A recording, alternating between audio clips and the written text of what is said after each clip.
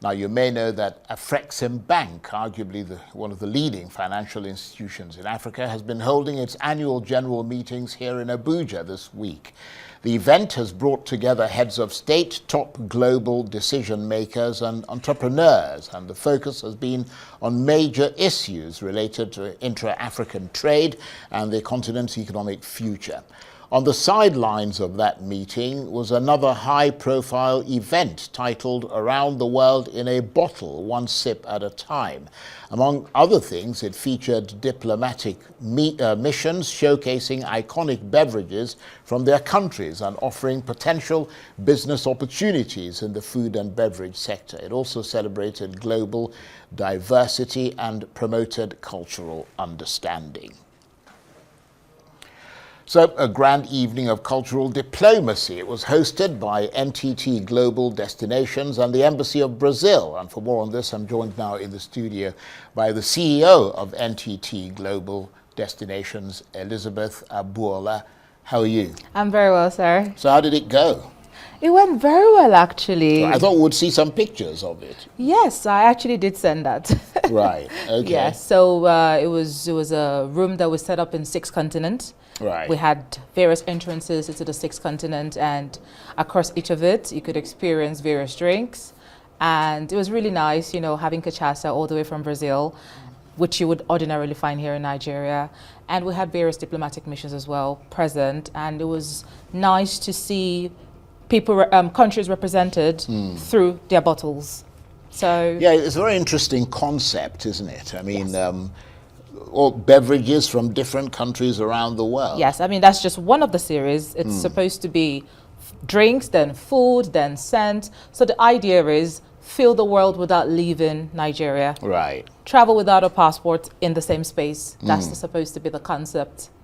And there were also, I mean, you were supposed to offer business opportunities as well. Yes, it was an amazing evening of networking. We actually had people that were at the Afrexim AGM who came through in the evening, people from various of the investment sectors and all. So the diplomatic corps that were there were able to interact with the business people and the travel enthusiasts that were also in the room as well. They were able to meet people. It was a really nice evening, real chilled out with drinks and people from different parts of the world in one room. Yeah, I have to say it's a very interesting concept. But I mean, your group, the NTT Global Destinations, comes up with all these interesting concepts. I remember recently you did a sort of a long haul flight from Nigeria to Jamaica. Yes, we did that in 2020. Yes. And what sort of things are you thinking of doing now? This is all in keeping with sort of promoting tourism and all the rest. Yes, and bridging the gap. I think that's a key part for our company, bridging the gap between Nigeria and the rest of the world. So with Jamaica right now, Jamaica would be taking on the lead of CARICOM from the 6th to the 8th of July. So our company has a side event along the side of that. Right. So we would have some of our creatives from Nigeria, like Nancy Isime, would have people like them there. We would have some important people as well in the trade sector. So this is co-hosted with Afrexim and Jamaican National Bank. So we're trying to bridge the gap manually, you know, in the areas of creative industry, tourism and trade, especially the SMEs. We're just trying to be practical with how we're approaching the bond between our regions technically, before we then try to go again with having a sustained flight. Let's first sensitize the people, let's get a relationship happening, and then it would be easier to introduce the flight again. Right, but it seems to be a one-way traffic in terms of the tourism, people going from Nigeria to the Caribbean and not the other way around. I think a lot of them are coming down now. What has been missing all this while has been information and promotion. There's not been active promotion on that side about Nigeria.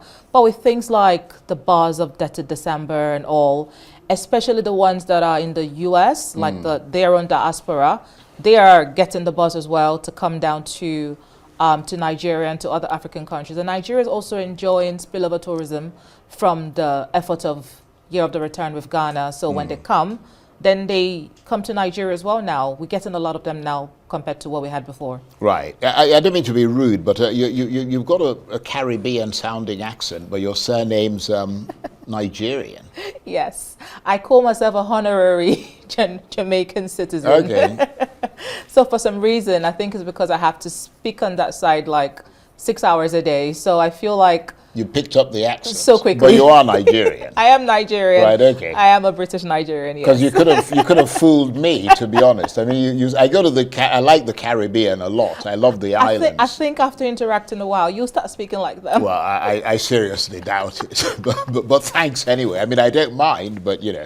But listen, I want to thank you because we're out of time. Unfortunately, we have a shorter version today. But do come back and talk to us. Yes, thank you so much for having me. Elizabeth Agboola is the CEO of NTT Global Destinations. You've been watching an abridged version of The World with me, Charles Ediagolu. Please keep it here on Arise News from the entire team here in Abuja and around the world. Bye-bye. Thank you for watching.